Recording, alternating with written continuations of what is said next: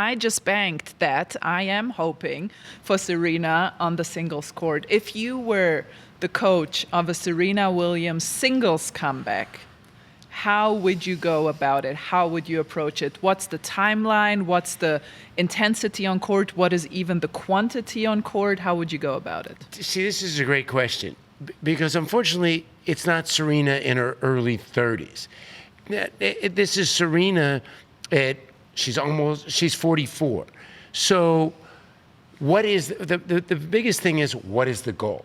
If you're coming back, what are you trying to accomplish? If you're trying to become, like she said, I want to win that 25th major. Mm-hmm. So then you need to probably get some matches in. Mm-hmm. So you actually have to plan where, you know what? Let's just focus on singles, not play doubles, see how your body handles playing two matches in 3 days. All of those questions you don't know when you've been off for 5 years. That's the hardest thing when you do come back on tour is how does your body hold up when it comes to match in, match out, Grand Slams over 2 weeks. And I think Brad is right, and I think that's probably what you were alluding to, Andrea, was that if she does play singles, it's to get to 25 Grand Slams. And what Brad was saying, when Serena would show up and we were both playing in that time and not play any warm-up tournaments and just go through a Grand Slam like it was nothing, that's Serena prime. I don't think anyone can say that 44-year-old Serena is prime Serena. So what Grand Slam do we think of that she could get to? And also, coming back, the hardest thing to navigate is when you're great and you're winning all the time, you build up so much equity that a lot of your opponents have lost to you before you've even played. Now she's going to be playing players that she hasn't played. So the equity isn't built up. So that means from match one, game one, you've got to play. I got to disagree with you. She's Serena Williams. She's the greatest of all time. She's got that equity no matter where she walks into a room. So I'm throwing a curveball at both of you. Right, but I'm throwing a curveball at both of you. So I do think that we are looking at her from a mindset of regular people, but I'm going to take Lindsey Vonn as an example. She tore her ACL at 41 years old, and a week later, she, despite it all, decided to race at the Winter Olympics. That's not a normal decision-making.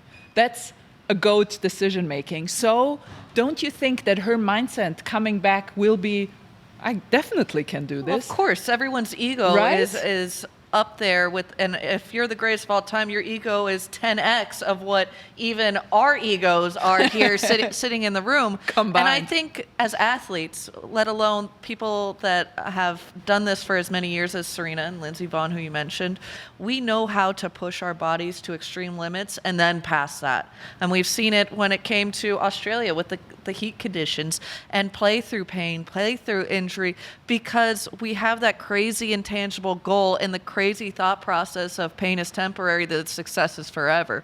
So where do we go from there with Serena? Probably, in thinking about it, it's like her mindset if she's been watching. If she feels like, I guess this is the quickest and easiest way for the coach.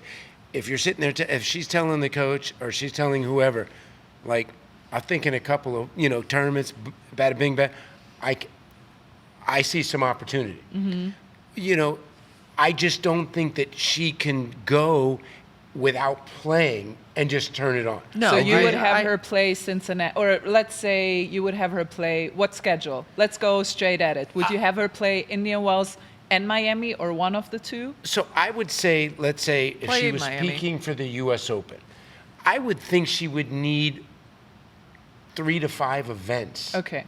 Right before or throughout the year? No, like, let's say 3 to 5 events within 3-4 months of it. Okay. So she has a little bit of build-up to know how her body can respond, not to mention just, the one thing is when all of us stop, and you go back out, you just play a little hit and giggle. You get a little bit, it's different playing in front of a live, and I know people will get nervous, but I would still think she'd need 3 to 5 tournaments to put herself in peak position. And what Grand Slam do we all think that would be her best opportunity to get so that 25? I think that she would want to have it be the US Open. I would think that she would want to do Wimbledon well, because if we think back, the last few Wimbledons went a little awkwardly for her. Yeah, the 2 finals that she had, those were she lost losing to Kerber and then to Halep on grass, which is unusual. I agree. I think grass would be her best chance. If she has But does the body serve, hold up on the grass as well? That's another story. That's the biggest one. You know, like when Clijsters came back a few times, she was way younger.